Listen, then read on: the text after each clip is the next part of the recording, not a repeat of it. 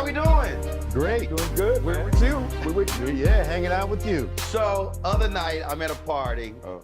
September comes on, and the DJ decides to mix some techno in with it. Pissed everybody off. They were like, hey, they don't need no help. Just play the song. Just play. The audience, we were in Salt Lake also gay. They were hot. They were like, hey, man, take the techno off. We don't need you add nothing to it. That's good. That's good. They were like, you can't be messing up classics. That is good. I cracked up laughing. Hey, did you say that's right? Did you tell them that's right? Oh, no, absolutely. I was hot too. Because I was like, what you doing? Because we were sitting there, I was like, am I the only one? That's September, right? Right. They were like, yeah. I said, what the hell is the other stuff with it? Yeah, yeah. I said, we don't need that. But that's the problem. You know, it's a kind of a problem that we have with just trying to do, you know, something else, because, you know, it's like in the music, the way we did it is in the DNA of the people, you know, and so like you try to step outside of it, it's challenging. They're not having it because like not having it. No, what? Give us the pure hit. I've had more. So Prince always talked about that. Numerous artists have talked about just being locked in because songs were just so elevated that folk like, I can hear that 100 times. They do not care. They do not care. And so they ain't trying to hear. I'm at a Frankie Beverly Mays concert, and Frankie says, we working on some new stuff. The audience bust out laughing. The audience bust out laughing. They were like, yeah, okay, Frankie, that's right. Man, go on sing Join Pain. They did not want to hear nothing about no new music. I get it. I mean, just when you said that, you know what I'm saying? Because I want to hear Joy and Pain. See? You know, Right. you know, I get it. You know, I want to hear Joy and Pain. You know, I mean, I respect you doing new stuff, but please do Joy and Pain. See right there. Right. See? Right. Just like what Philip just said, it's in their DNA. You know, you hear these great songs and songs that you love, that you grew up with. You hear them everywhere, and they just resonate with people. We're not, you know, Roland, we're not really busting our brains trying to figure out how to do a new record.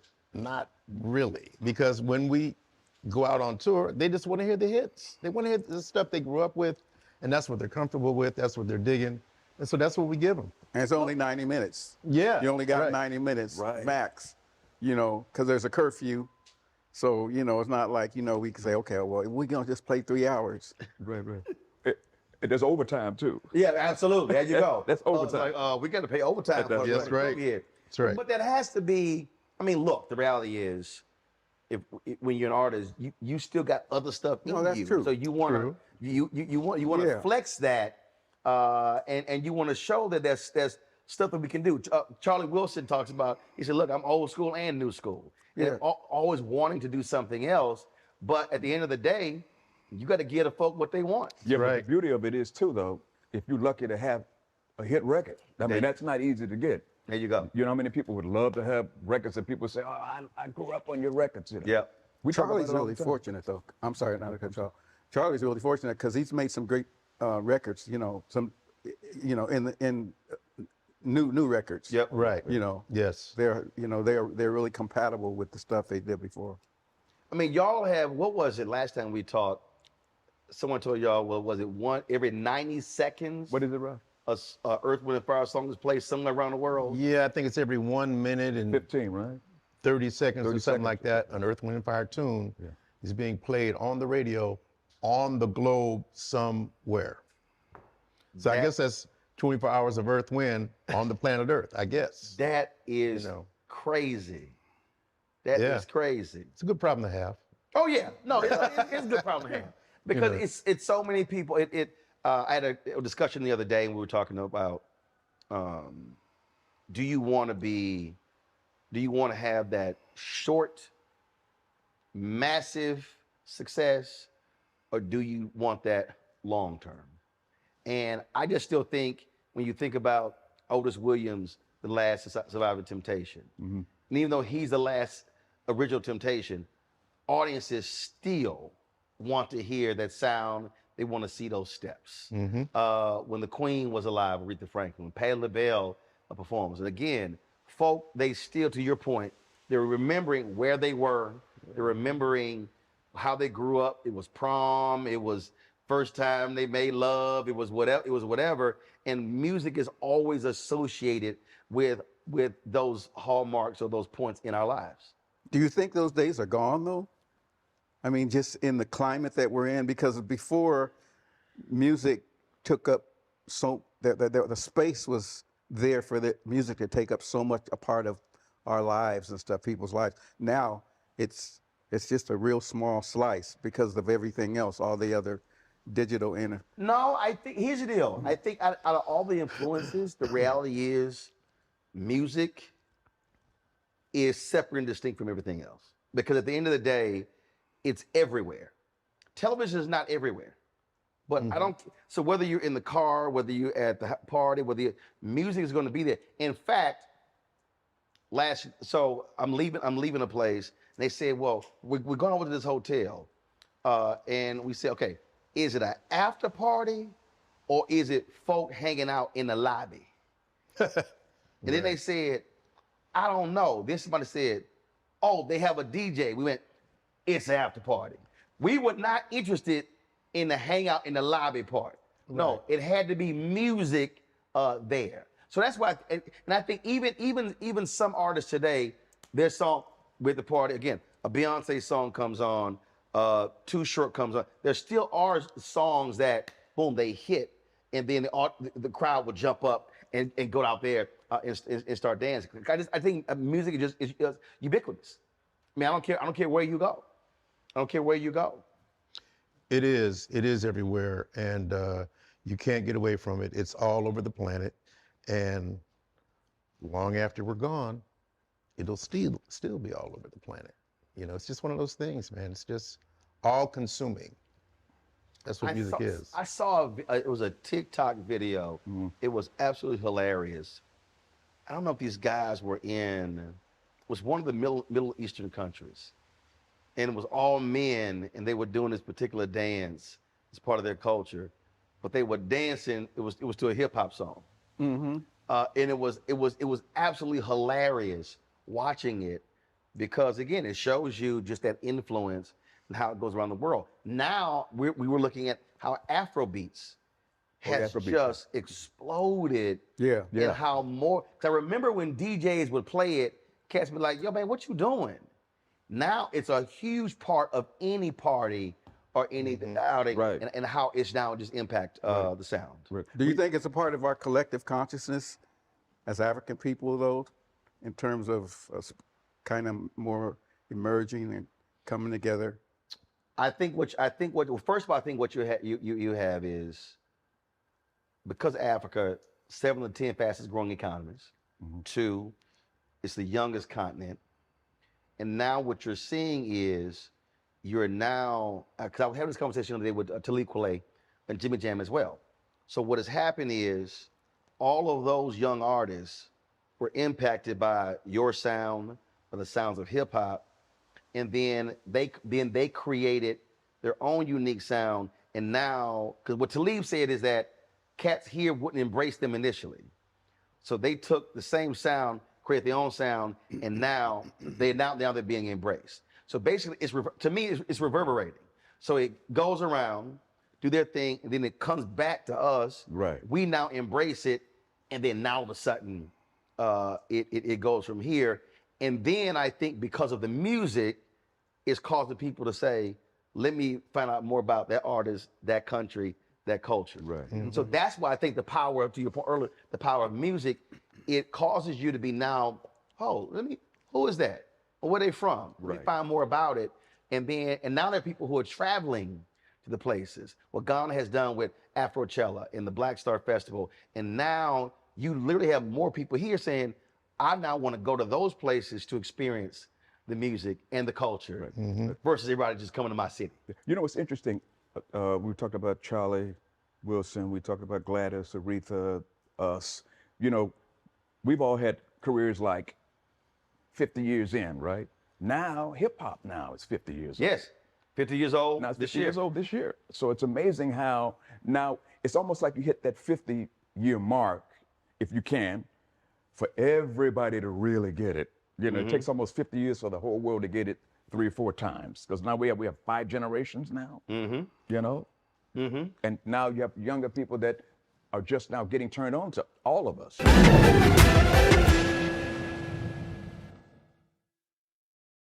Hello, I'm Isaac Hayes III, founder and CEO of Fanbase, and I'm here with a very important message. We are at a turning point in the Black community where we must have equity in the apps we use that scale to billions of dollars. But this time, we own the infrastructure, we own the culture, and we shape the future. And Fanbase is the future. Fanbase combines the free functionality of Instagram, TikTok, and YouTube into an all-in-one platform built for the evolution of social media and monetization. With over 1.4 million users, that's real proof that we are shifting the conversation of tech ownership and equity for creators. So right now, I want you to go to startengine.com/fanbase and invest today. The minimum to invest is $399. That gets you 60 shares of stock in Fanbase at $665 a share.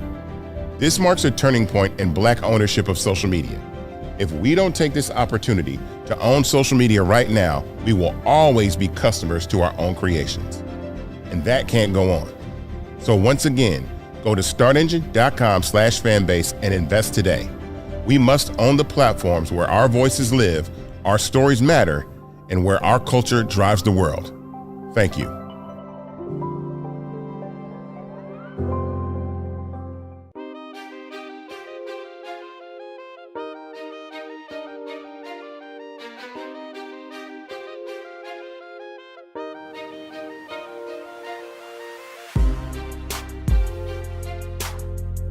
I love to see the multi-generational aspect. When you're at the concert, I just saw Lionel Richie in Vegas, and that was these young kids, and he was just loving because the young kids knew about him from American Idol. And so, he was like, here I'm 70, 71. He said, and it's a whole new generation who had never heard of Lionel Richie, but because of American Idol, they're now listening to his music. For y'all, when you're on that stage, or when you're and you're seeing 2 and 3, 4 generations in the audience, that's got to speak to you about the power of what y'all have accomplished. Oh, most definitely. I think we were doing our show before our tour, before our break, and remember, I was watching this kid. I could not take my eyes off him because he was about 9 or so. He was sitting in the front row with over on the right-hand side. Yes. I was amazed that this kid knew everything, and I was like tripping to see how many songs this kid actually knew. And he knew them all. And he knew them all. We had to go over there and bring him on stage and take a picture with him, you know, at the end of the show and stuff, because it was just that amazing. It's like, this is crazy. You know, the music travels everywhere. You know, like what Philip was saying, seeing this young kid. Then you hear our songs on commercials, cold commercials. Then you have the younger ones that hear our music in animation. See, that's all I'm about to say. Right. Because look, me and my wife, we raised 6 nieces. I was like, listen, you can do the animation stuff. She would take them to see animated movie. I said, I ain't gonna see no animated movie. I said, y'all tell me about it later.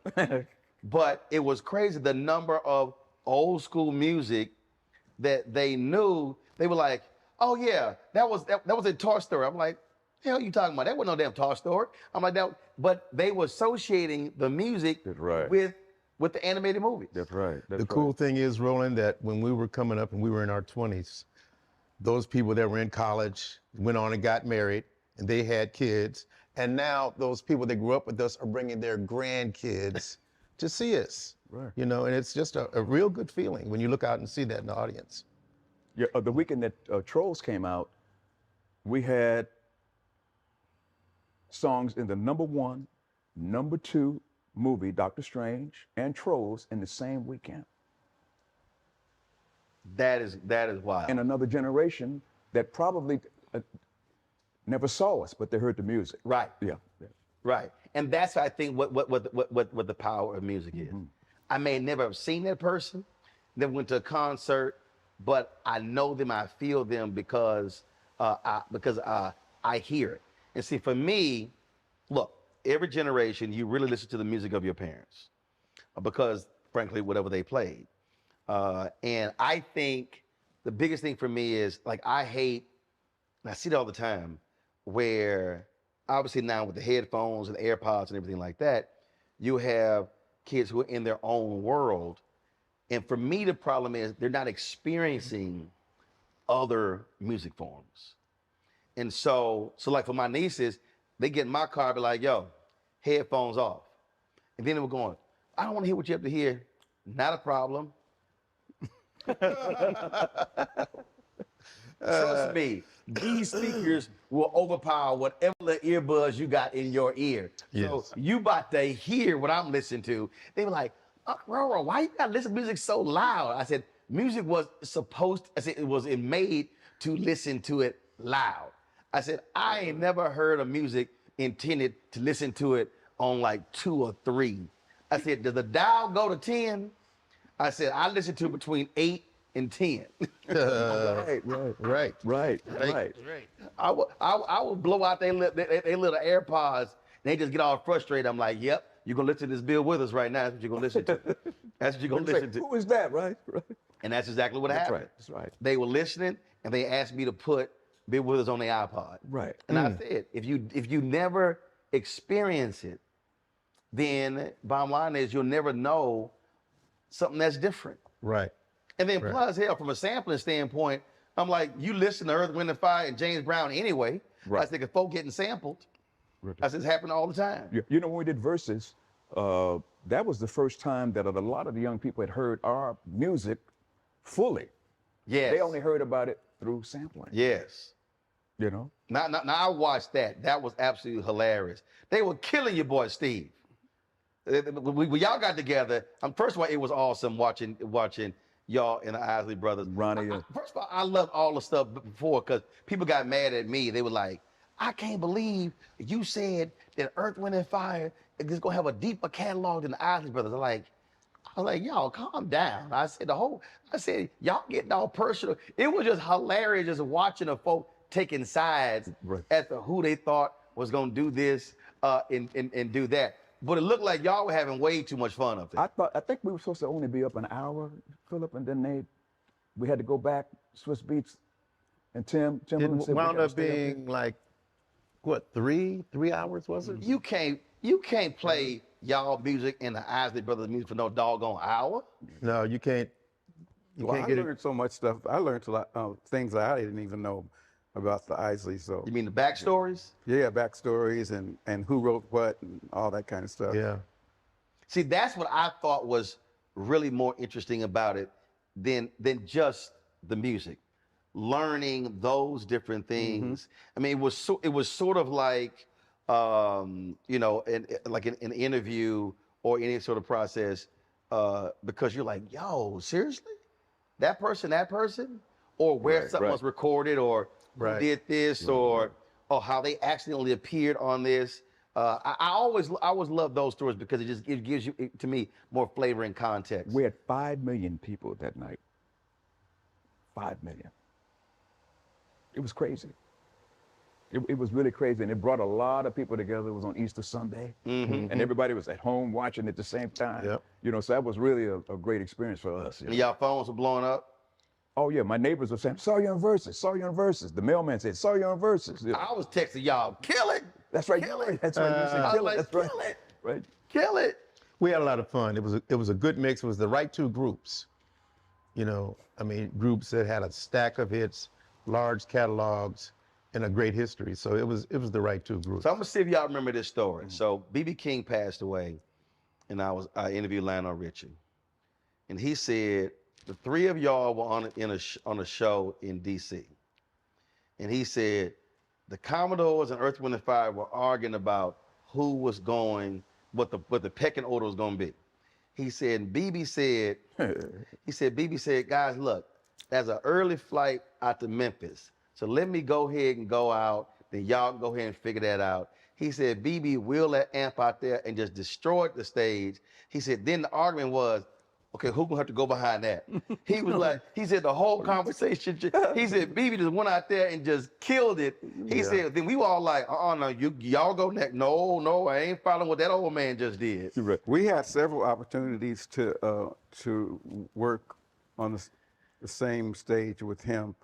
And just, I mean, even up in age, that man's magic was just incredible. And, you know, and such a great person, just a beautiful heart. Very warm, very warm. Yeah. Yeah. We have some DC. Tell them what happened in DC back in the day, Slick. Oh, you don't want to hear the story, do you? Yes, we do. Oh man, the first time we hit DC, excuse me, we played the DC Armory. And so we went out there, did our thing. You know, we were the flower children from LA, love, peace, and granola. And following us were the Funkadelics. And man, you know, at that time, the Funkadelics owned DC. And man, let me tell you something. We finished our set, we back there getting dressed. Their band goes up and they started this groove, man. And that groove was like, man,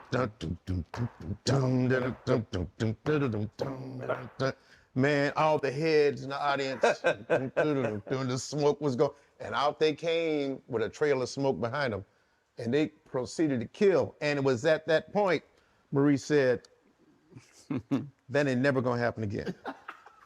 Man, we came back to LA and rehearsed, and finally the band gelled. And boy, the next time we saw them, it was a different thing. It was different. But we never forgot that moment in DC, the first time we played at the DC Armory, never. No, it was etched in our. Oh man, because I still hear that groove. So And that's when it was right, Chocolate City. I can still hear that. Oh man. They brought that funk. We still never forgot when we saw George. we reminded George, and we were all laughing backstage. He came to our concert, and we were laughing, you know. And because that was a moment. DC was Chocolate City too. See. Yeah. It was a moment. It was a real moment. It was a moment. A life-changing moment. To me, that's why it trips me out when I hear really great artists not wanting other great artists to be on tour with them. Because I love when I've interviewed the OJs and others, talk about how other groups push them and force them to greatness, if you will, because they said, we're gonna bring this thing tonight and y'all gonna have to bring it too. And to your point, cause you to say, yeah, that ain't gonna happen again. Right. We gonna have to go work on this thing and bring it back. To me, when you hear the phrase, iron sharpens iron. Yes. I mean, why have somebody who's frankly is lesser than just to show that, okay, I'm better? No. To me, you want somebody on the other side pushing you to go there. Yes. Well, they pushed us. And we went back to LA and got it together. They pushed us hard, you know. Who would you say, again, when y'all were out there, somebody else who, if y'all saw it, y'all were like, Don't even have to think about it. The Gap Band. Really? Oh yeah. Don't even have to think about it. Yeah. Don't even have to think about it. It's like you don't want to follow the Gap Band. Right. Yeah. You don't want to follow Charlie today. Right. Yes. Right now. You don't. Yeah. Right. We just did well, not just, but like before COVID, we did a festival, and North Sea Jazz Festival, Right. and Charlie was on the gig with us. When they told me that we was doing it, I said, and you know we going before. You know? I said, or we ain't doing it. Right. Yeah. So let me tell you about Uncle Charlie. So for years, they had him next to last at Essence. Oh, that's hard. No, he was pissed.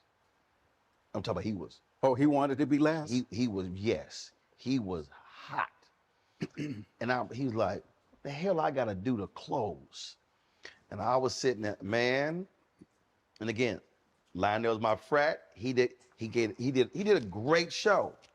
Man, when Uncle Charlie finished, Yeah, there's nothing. Right, there's nothing left. Right. them cats started leaving, and they were like, and I remember the next day reports, their stories, they were like, oh my good, folks walked down Lionel Richie. I was like, y'all, I said, y'all, I was there. Right. I said, I was there. I said, because I interviewed Lionel. I said, no, I said, it was just, when he did was Jazz in the Garden. Don't ask me why Lauryn Hill insisted on closing. What? Yeah. You know, you brought up something. Now you know she's gonna be late anyway. Yeah. So, Wow. bruh, it was 30. They told me, they said it was 35,000 people there. When she came on, it was 10. They said Uncle Charlie just destroyed that stage. I was like, I don't know what she was. That's like a comedian saying, "Oh, I follow Bernie Mac." Right. Yeah. Right. Sure. Right. Right. I don't advise you. Go ahead. You about to say something?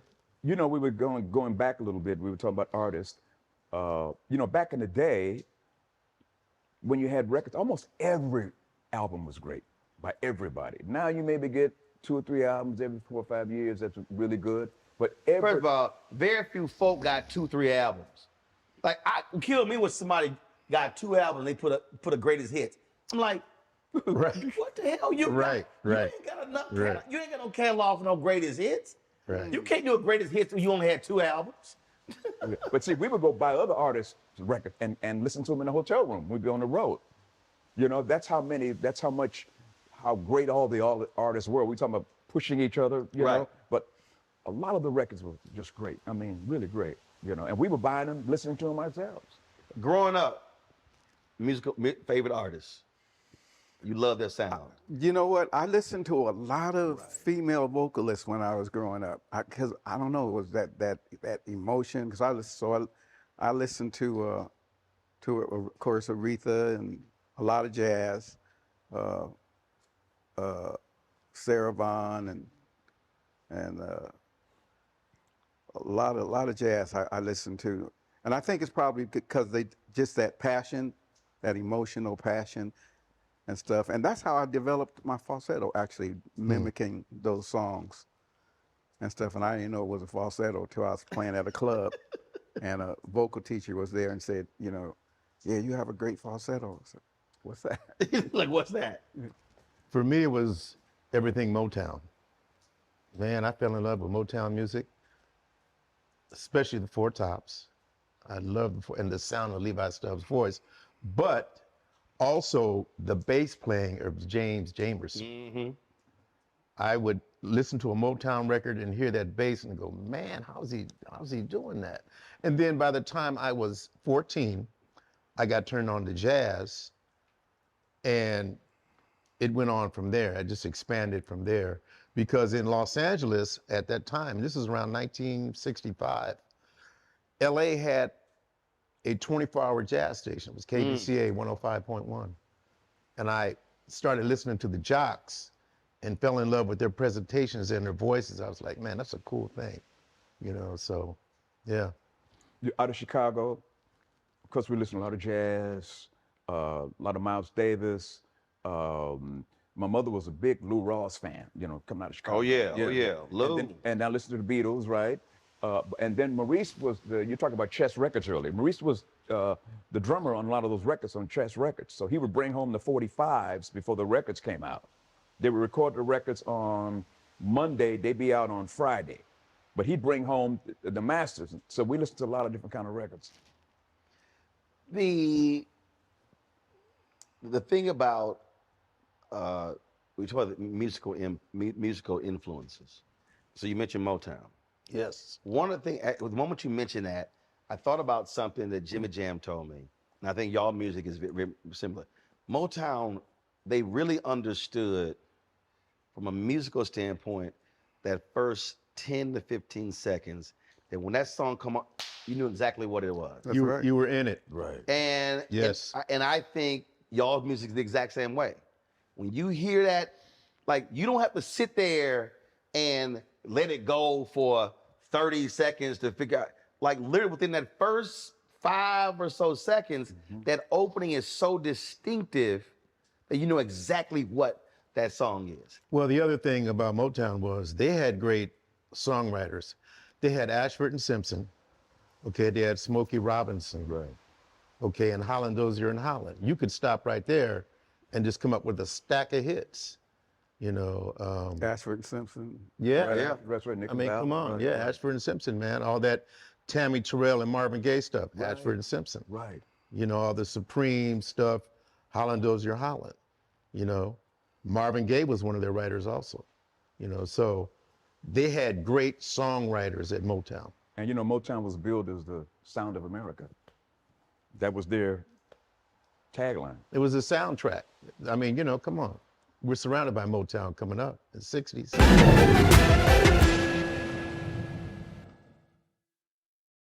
What's up, y'all? Look, Fanbase is more than a platform. It's a movement to empower creators, offering a unique opportunity for everyday people to invest in Black-owned tech, infrastructure, and help shape the future of social media. Investing in technology is essential for creating long-term wealth and influence in the digital age. The Black community must not only consume tech, we must own it. Discover how equity crowdfunding can serve as a powerful tool for funding Black businesses, allowing entrepreneurs to raise capital directly through their community through the Jobs Act.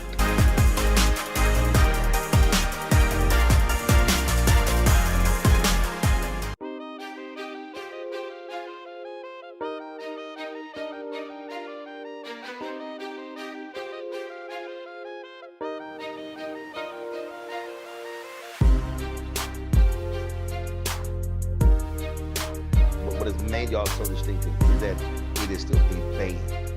It's not an artificial creation. It's not. And so there's something about the horns. There's something about, like, there's one song that I love that most people, I play, people like, man, what is that? Because because it literally is the intro, the song Sunday Morning. Oh yeah. Love that song because it's just, again, as soon as I hear, I mean, then it hits, ooh, Sunday morning, and just yeah. I mean, but that I still think when I'm listening to a song and there's a band, or as Jeffrey Osborne talked about, he said how they use strings in the orchestra. He said to change the music. It just gives, it's a whole different, to me, a different texture to the song than what a lot of stuff that I actually hear today. Well, that's why we like the Bowl, the Hollywood Bowl, because it's the real strings, you know, the way the records were recorded. Well, we grew up listening to musicals and all that stuff. So it was in people's ears, arrangements and all that. It was in their ears. And so, you know, as bands came up, you know, it wasn't strange to hear, you know, different movements in a song and stuff. And you know, that's a lot different, you know, it has been, you know, for the last 50 years. Earth, Wind & Fire was a band first. That's what it is. It is a band, but wait a minute. There's a bonus. We had two great vocalists, Philip Bailey and Maurice White. But it wasn't like, oh, we've got these vocalists and we need a band behind them to play. Right. It's not, it's never been that. It's a band. You know, it's all of us. And in the middle of the show, y'all be playing different instruments. You play what? Well, I'm a drummer initially, Right. but now I'm out front doing vocals and percussion. Right. And that's a whole nother story. You know. I started with drums too. Yeah. I started with drums too.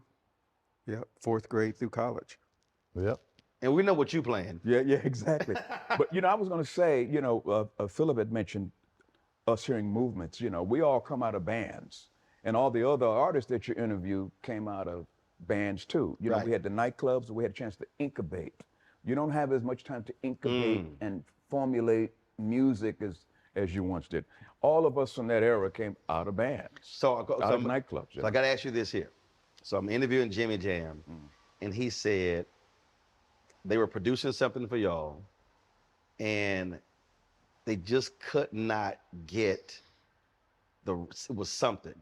So he said that Maurice comes to the studio and literally sits in front of you, and he does some sort of move and then you literally mimic the move, Right. And it come out in the sound. And Jimmy Jam said he was blown away. He said because clearly y'all had come up with this non-verbal sort of way to follow one another. He said man, we were blown away. He said Maurice didn't say anything. He said he just sat there and would just look at you and would do something, and you would follow whatever movement he did, and it came through in how you played. That's right. He would give me something with his eye. He said, do this, do that, and then it's right there, And we still do it, like on stage, because when you're together like that, it's almost a spiritual thing that you connect with. Mm-hmm. He would do that to me too, during vocals, leads or whatever. He was trying to get me to understand something, and he said, "Let me come out there." That's the one. Let me come out there. Right. Yeah. Let me come out there. And he would just come out there, and he would just sit there, and he would, okay, I got it. I understand what you're saying. But he didn't say anything, but you knew what he was saying. Yeah, but I knew, it's strange, we just spoke that language, because there's a lot of things that go beyond your vocal, ideas or ability to say, and we could communicate that way. Now, how did y'all meet? How did y'all come together? In December of '71, I auditioned. I was playing at a club on Crenshaw Boulevard called Mavericks Flat with a group. And in December of '71, the guitar player of the group at that time, Michael Beale, called me and asked me if I wanted to audition for Earth, Wind. And so the audition was myself, Verdine, and Michael at his house up in Baldwin Hills.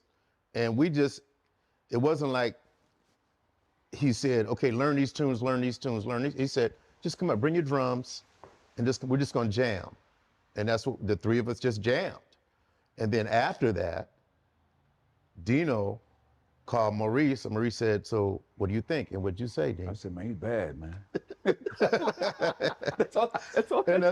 He bad, man. Bad. But check this out. At that same club, long before the Earth Wind thing took off, I saw Philip play at the club. He was playing with a group called the Snowball Sisters. He was playing congas. He wasn't even vocalizing. So it's interesting, that 6 degrees of separation kind of thing,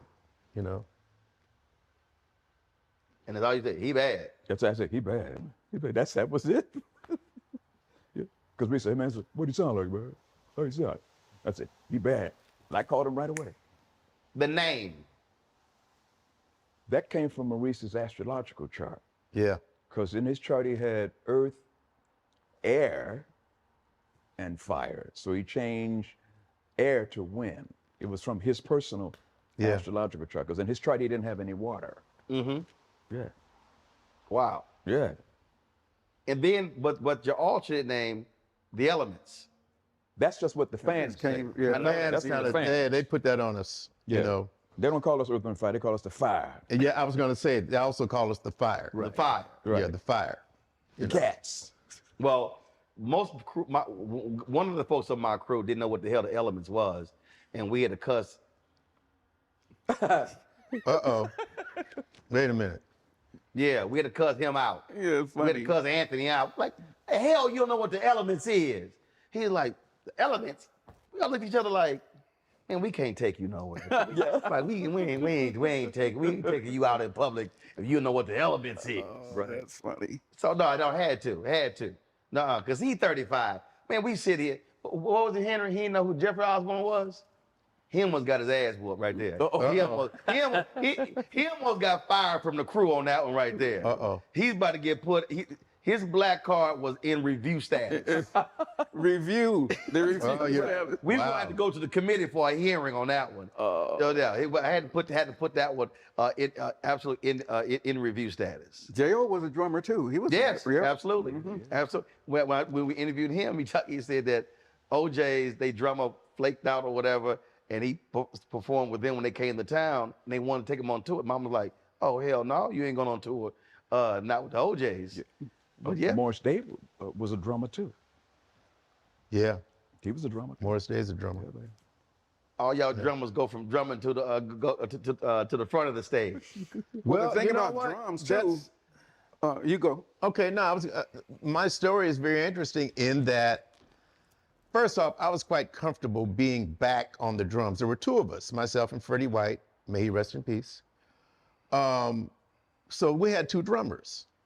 So here we are filming Sgt. Pepper's Lonely Hearts Club Band. And we were about to do music I love, a movie I love. I wouldn't go see it in the movie theater. Some people are like, oh, it was so campy. I liked it. There you go. I did. And so we were about to do Got to Get You Into My Life. We covered the Beatles tune. And George Faison, who was our choreographer at that time, was looking at the camera shot. And you had Maurice and Phil out front. And he's looking, and then out of nowhere he says, Ralph, come down here.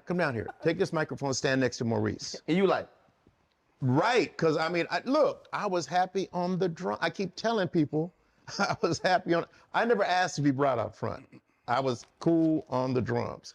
And it was so George. the camera shot didn't look right. So George said, come fill this in. Come fill this in.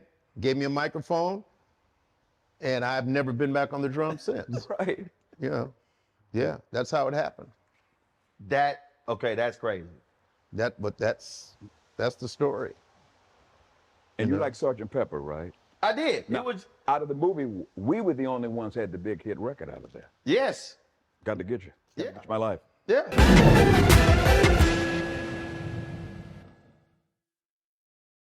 Hello, I'm Isaac Hayes III, founder and CEO of Fanbase, and I'm here with a very important message. We are at a turning point in the Black community where we must have equity in the apps we use that scale to billions of dollars. But this time, we own the infrastructure, we own the culture, and we shape the future. And Fanbase is the future. Fanbase combines the free functionality of Instagram, TikTok, and YouTube into an all-in-one platform built for the evolution of social media and monetization. With over 1.4 million users, that's real proof that we are shifting the conversation of tech ownership and equity for creators.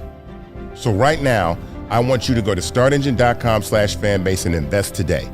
The minimum to invest is $399. That gets you 60 shares of stock in Fanbase at $665 a share. This marks a turning point in Black ownership of social media. If we don't take this opportunity to own social media right now, we will always be customers to our own creations. And that can't go on. So once again, go to startengine.com/fanbase and invest today. We must own the platforms where our voices live, our stories matter, and where our culture drives the world. Thank you.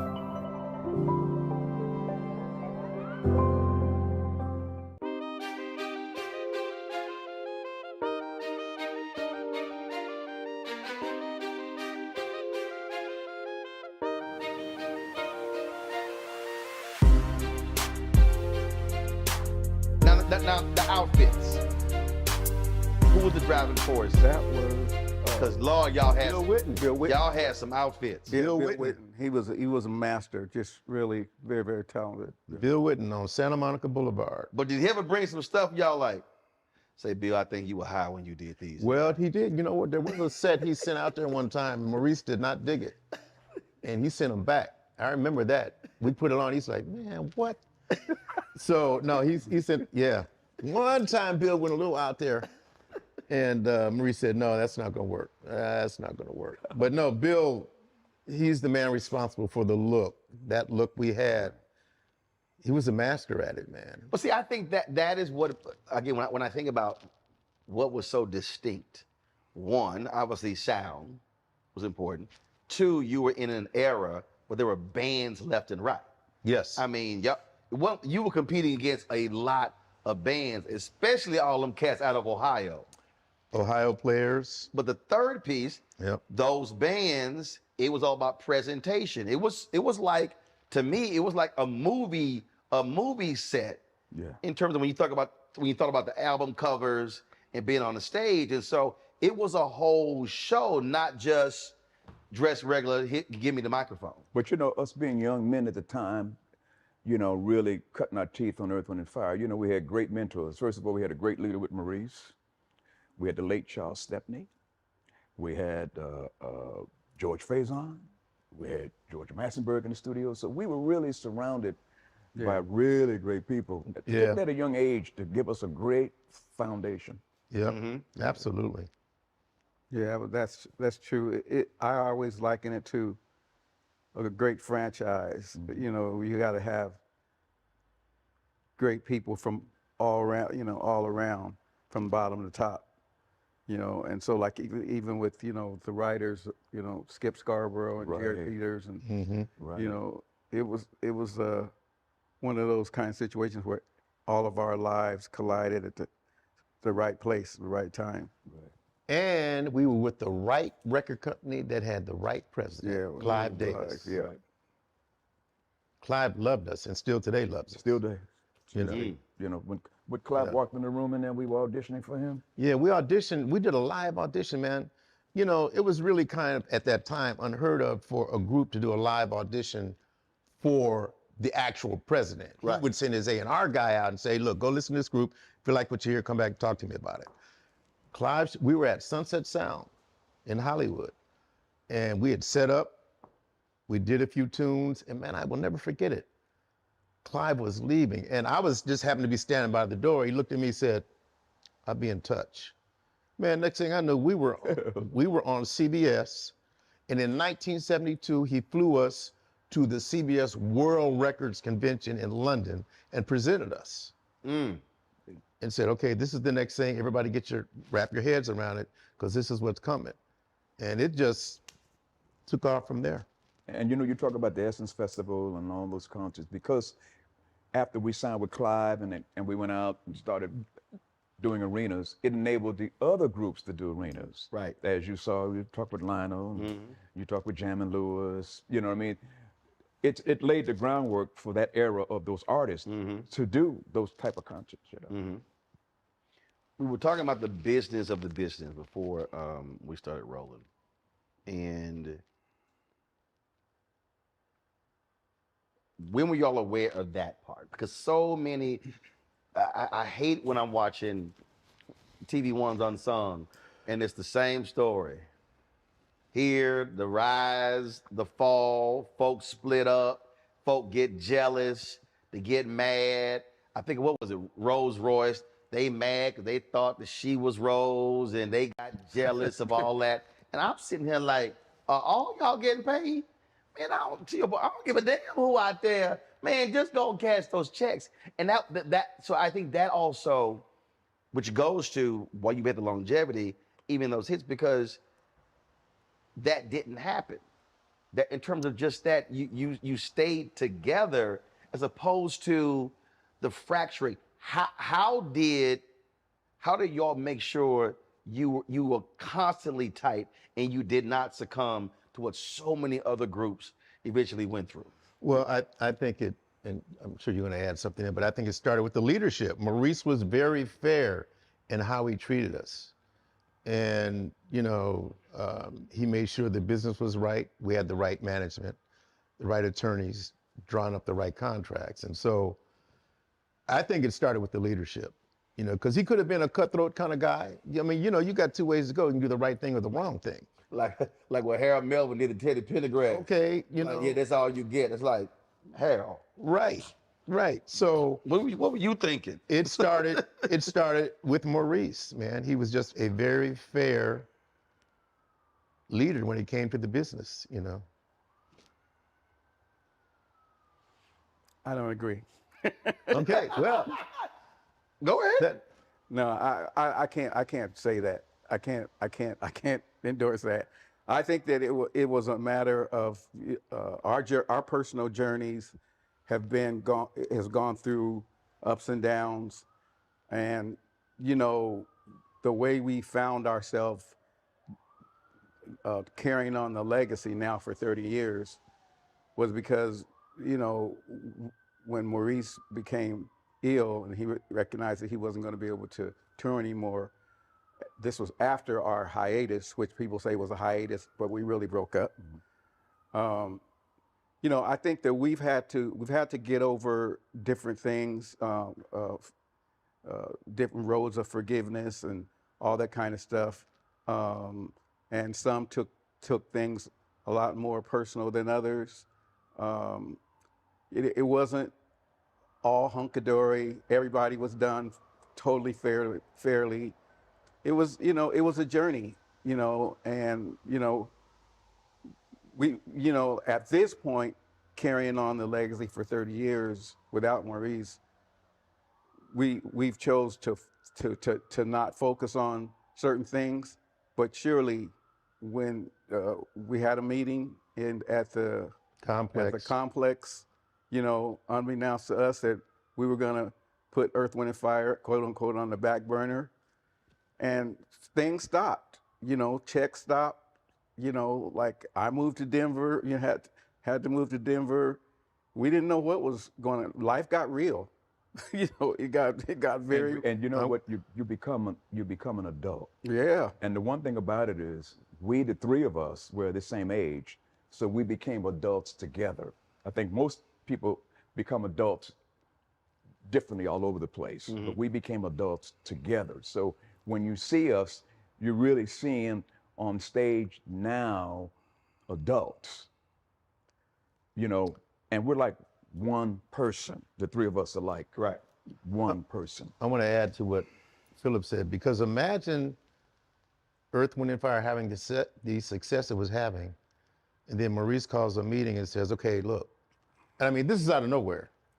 This is like, okay, we're having a meeting. And he says, okay, here's what's getting ready to happen. We're going to take a break. It was just, you know. So whatever you got to do it. But we're taking a break. When was that? That was 80. Before 83, because I moved to Denver. And so I want to say 80, right? Like kind of like 80, 81, 80. How long was Early it? 80s. That was a good 6-year break. Yeah. It wasn't a break. It was a breakup. Right. We broke up, and then Larkin Arnold was the one who was the catalyst of us even. So he talking. just decided. That's right. Yeah. You But know, like you said, Larkin was the one. Larkin Arnold. Was it he burnt out? Yeah, having looked back on it, because we were just, you know, we were on the train. He was driving the train. We didn't have all that experience or the burden of carrying that train. So you hit 72. You know, we were always on the road or touring or whatever. You know, so I think that it was a lot of emotional and psychological burnout. You know, but yeah, life got real. Yes. But he was right about Larkin. Larkin was the catalyst, you know, and you know, Larkin was a A&R at Columbia Records, and Larkin knew the value. So he was actually the catalyst. You have to thank Larkin for that. You know? So in those 6 years, Oh man, You know, like Philip said, real life set in, because you weren't prepared for what had just taken place. I wound up working first off on a construction site. Matter of fact, if you go right over here to Sepulveda and Santa Monica, there's a sports club, West LA. I know every foot of that building because I helped install the fire sprinkler system in that building. After I left there, I wound up selling stereo at Federated Stereo on Sunset and La Brea. so you go from. But wait, it gets better. I'm in the store. And I hear something on the radio. It was System of Survival. right. Now, I go, Earth, Wind and Fire. I said, man, they moved on without me. This was, you don't even understand. It was a mind thing at that point. And I'm writing a book and I talk about this in the book. But, So it was a new song. But wait, who came to the store? but okay, and that part 2 to that. So it's a new song. Yeah, new song. Yeah, System of Survival. I'm hearing it on the radio. I was like, it was a gasp. It was like, I was like, oh man. And so, but wait a minute, part two, and this is where humility comes in. Because in walks Marilyn White, Maurice's wife. Now I see her walk in and I go, oh man, it's Marilyn. So, okay, a lesson from God. You can either man up and face it and deal with it, or you can go hide in the back in the storage room until she gets out the store. I'm serious. Yep. I said, okay, I'm gonna take the God path. I'm gonna get this humility thing together. I walked up to Marilyn, I said, how can I help you? She said, Ralph.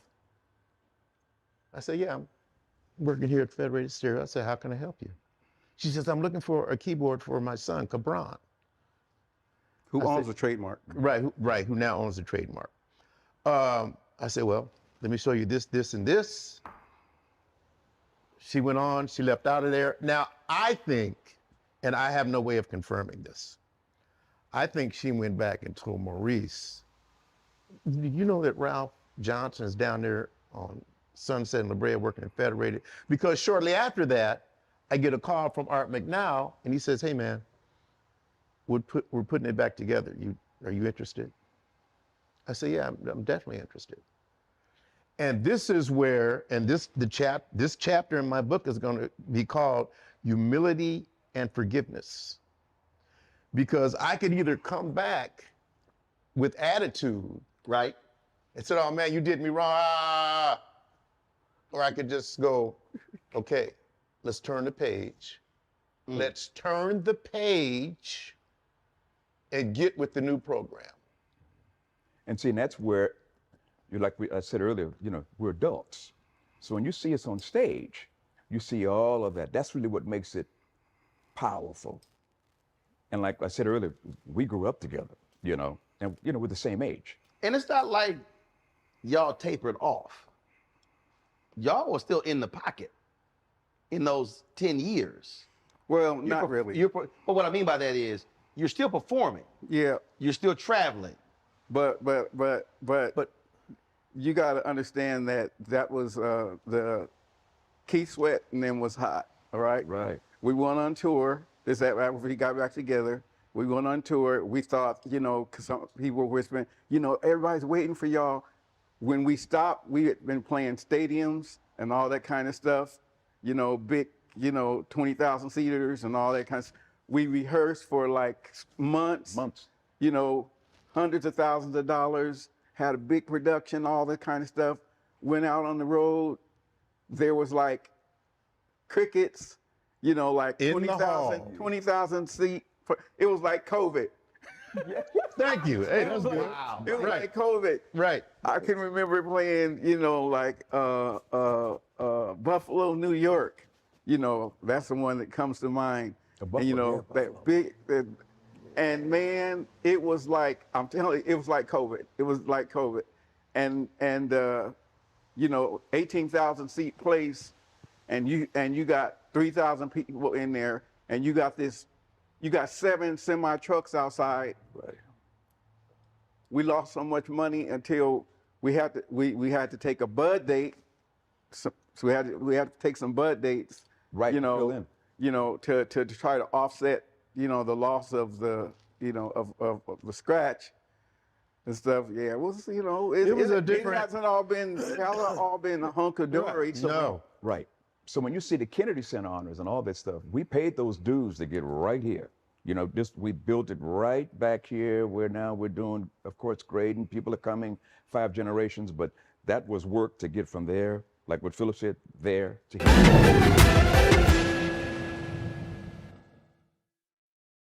Black Star Network is here. Oh, no punch! I'm real revolutionary right now. Thank you for being the voice of Black America. All momentum we have now, we have to keep this going. The video looks phenomenal. See, there's a difference between Black Star Network and black-owned media and something like CNN. You can't be black-owned media and be scared. It's time to be smart. Bring your eyeballs home. You dig?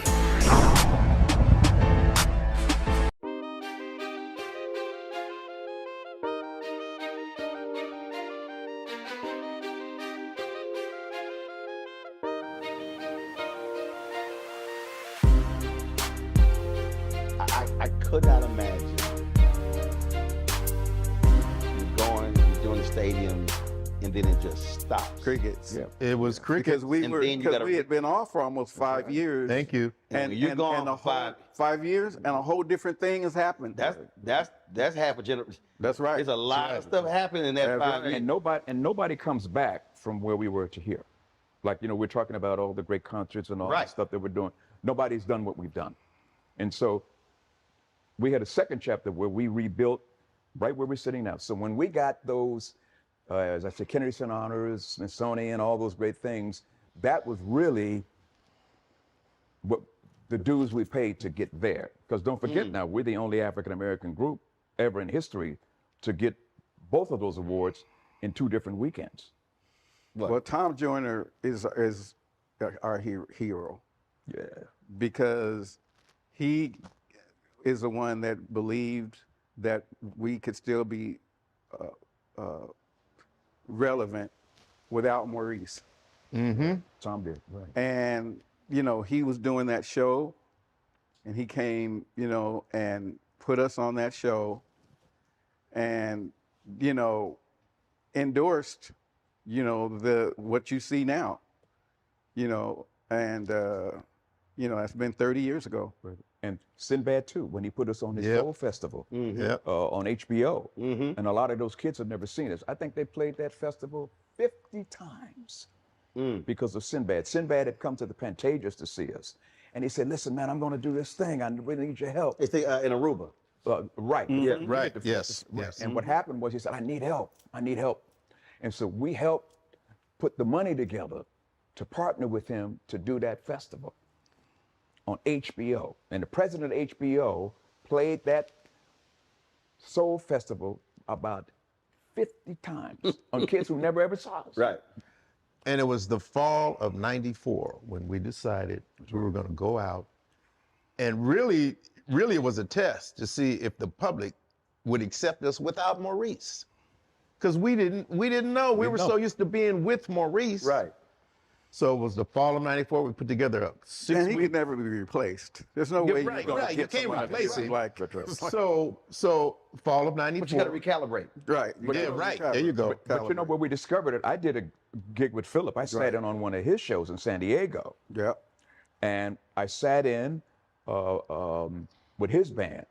And after we got off, they went crazy. And then he looked at me and said, we can do this. That was in '94. Before the fall. I went and sat in with him. Yeah. Go ahead, Rob. No, I was just going to say that during that period while we were off, Philip, there were 2 situations that happened that kind of restored my faith and let me know that I can still go forward. And one of them was Philip cut this fabulous album with Phil Collins, Chinese Wall. And I got a tune on there, which made so much difference financially for me. And then Al McKay came to me, and I thought he was joking at first. He says, he used to call me Slick. He said, Slick, I just got a call from Motown. They want me to do the Temptations. You want to do it with me? I said, yeah. And we got a hit out of that, Treat Her Like a Lady. Right. And so those 2 things, man, during that period when it all just had caved in, I said, okay, there is some hope. That's right. There is some hope. So all those building blocks that you see now, those are the, led up to all of that, you know, where now you have a new generation. And as I said before, nobody's ever done that, to come back like this again. This is interesting listening to y'all talk about all of that.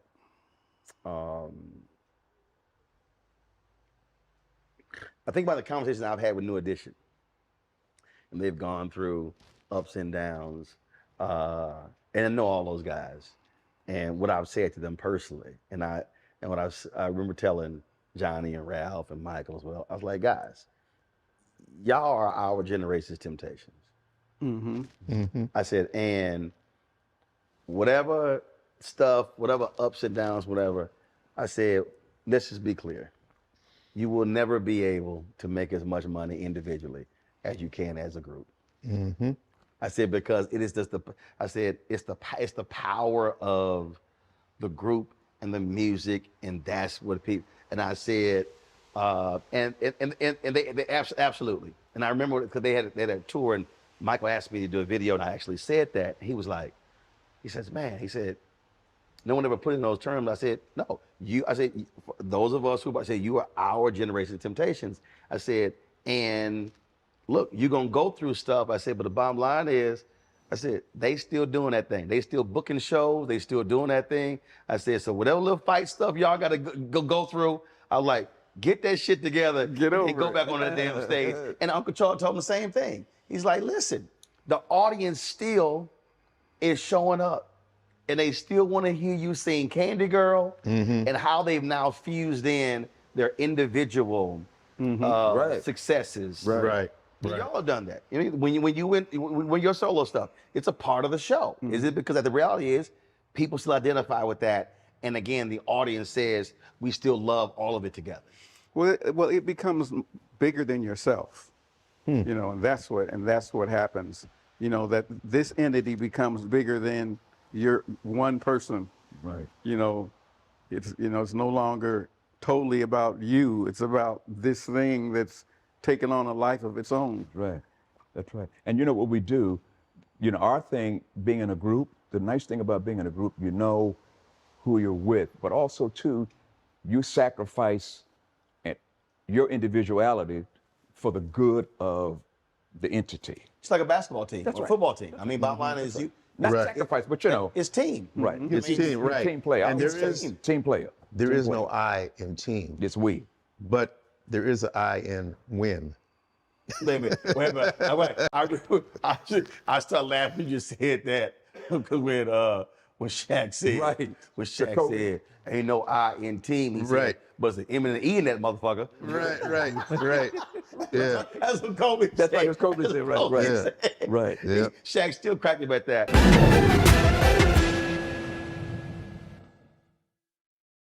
Hatred on the streets, a horrific scene, a white nationalist rally that descended into deadly violence.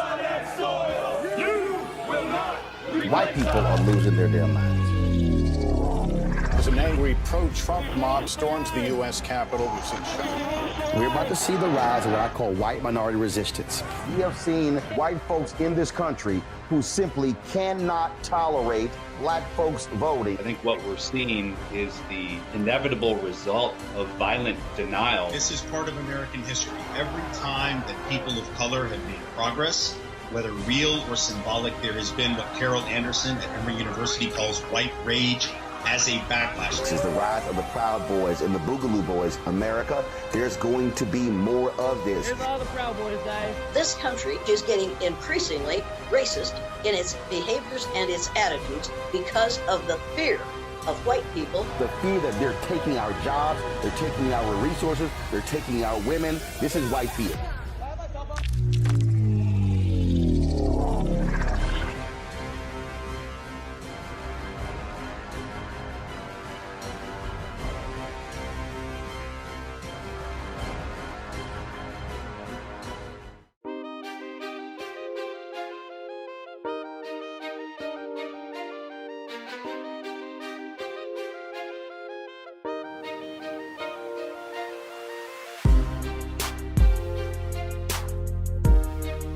I got to ask you this here, a couple questions now. Is there something that y'all always wanted to do that you haven't done?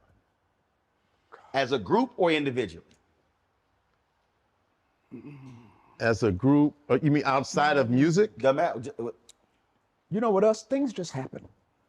I think we get phone calls and things happen. Philip called, we get ready to do this. Ralph calls, we're gonna do Roland. That sort of happens with us, you know, it's that. I At this point, no one could have dreamt that we would still be relevant 50 years later. Right. And at this point, you know, we're still healthy, having fun, and doing what we love, making people happy, you know, making good money. And, you know, we're just letting it come to us. I have a bucket list. And one thing on that, and this has nothing to do with music. It has nothing to do with music. I'm a student pilot. And so one day, I would love to get a phone call saying that I can go fly with the Blue Angels. Okay. Because you got 80 hours, right? I have 80 hours of flight time in a Piper Warrior. You know, I scuba dive. Matter of fact, I just came off a fantastic trip down in Cozumel, Mexico. All I did was scuba dive all week long. You know, and so, but And I almost lost my mind. What? You was scuba diving? You weren't worried, were you? I was kind of worried. Really? No, But you sent me pictures though, remember? Because he hasn't done it in a while. I knew he's been doing it forever. Right, you know? right. But then he said, I'm gonna go coast. I'm like, you were 71. You know? Right. You know, and he said, so I'm going, well, when's the last time you scuba dived? It was 86. He's like, in Hawaii. 86. And you know what? I'm going, the people that were running the dive operation said, well, I had to fill out a form. They said, well, wait a minute, you haven't been diving since 86. I said, yes, the last time. They said, okay, we're going to give you this refresher course right quick. You'll go out with one of our instructors. He's just going to check you out right quick. And then we'll know you're ready to take the deep dive. And so all week long I was diving, did some great dives. You sent pictures to us, remember? I've got video. I'll gladly send you the video so you can check it out. I was happy when he said, I'm on my way home. You like, I'm back on land. But yeah, but it was, you know what? But on the Roland, on the it's the best vacation I've ever had. I'm good, bro. I'm good. He came back with a beautiful tan. I'm good. It's best. That's. I get great tans on the golf course. I can dig it. I can see now. I'm with you. I'm good. Hey, see, when you mentioned scuba diving, I thought about what That's my hardcore outdoor activity. Boom, right there. I'm a land-based brother. You can keep that air stuff, all that hang glide, parachute. Well, I ain't trying to hang glide, nor am I trying to skydive. Dang, I'm not trying to do that. I'm a land-based brother. I do want to go for a ride with the Blue Angels before I leave the planet. That would end it all right there. I don't know who know the hook that Call on your military friends. I don't know. Hold up, wait a minute, hold up. You said that right? It's military. That's Hold military. up. That's I'm gonna send a text to the Secretary of Defense. You wouldn't dare. What? You think I'm? He said, who you think I'm talking to? Who you think I'm talking to? Oh my goodness! No, that would do it for me. Who you think I'm talking to? That would pretty much. Lloyd. I could wrap it up after that. There's no more There's no more adventurous stuff I want to do after that. Hold on one second. Let me see if he answered the phone. So shoot. So the Secretary of Defense is an archon. We're in the same chapter. Really? Yes. See if he pick up. I'm leaving a voicemail. See, I knew that's probably, I thought, hold up, that is military. It's military all day long. And he is. This is Lloyd Austin. Sorry I missed your call. Please leave a message at the time of your call. I'll get back to you right away. Thanks for calling. See. The mailbox is full and cannot accept We're gonna send him. Okay, this is how we're gonna do this. See, I got a backup plan for you. Uh-oh. Archon, Roland Martin. I'm sitting there interviewing Earth, Wind, and Fire. And Ralph over there says his bucket list is to fly with the Blue Angels. Philip like, damn that. Radine's like, no, his base can't fit in the plane. That's right. So Ralph was like, if you know somebody in the military, he said it's on his bucket list. So I was like, I kind of know somebody in the military. So Ralph, just go ahead and tell him what you want. I would love to go for a flight with the Blue Angels, and that would wrap it up for me. If that can happen, I'd be one of the happiest people on the planet Earth, Mr. Secretary. All right, so I know you like Earth, Wind, and Fire, so let me know so I can pass it on. All right, Archon. Let me send it to him right now. All right, we're gonna try to make that happen. Oh my goodness. Look, because hold up, I do know somebody. I know somebody. Okay. Let me send this to him right now.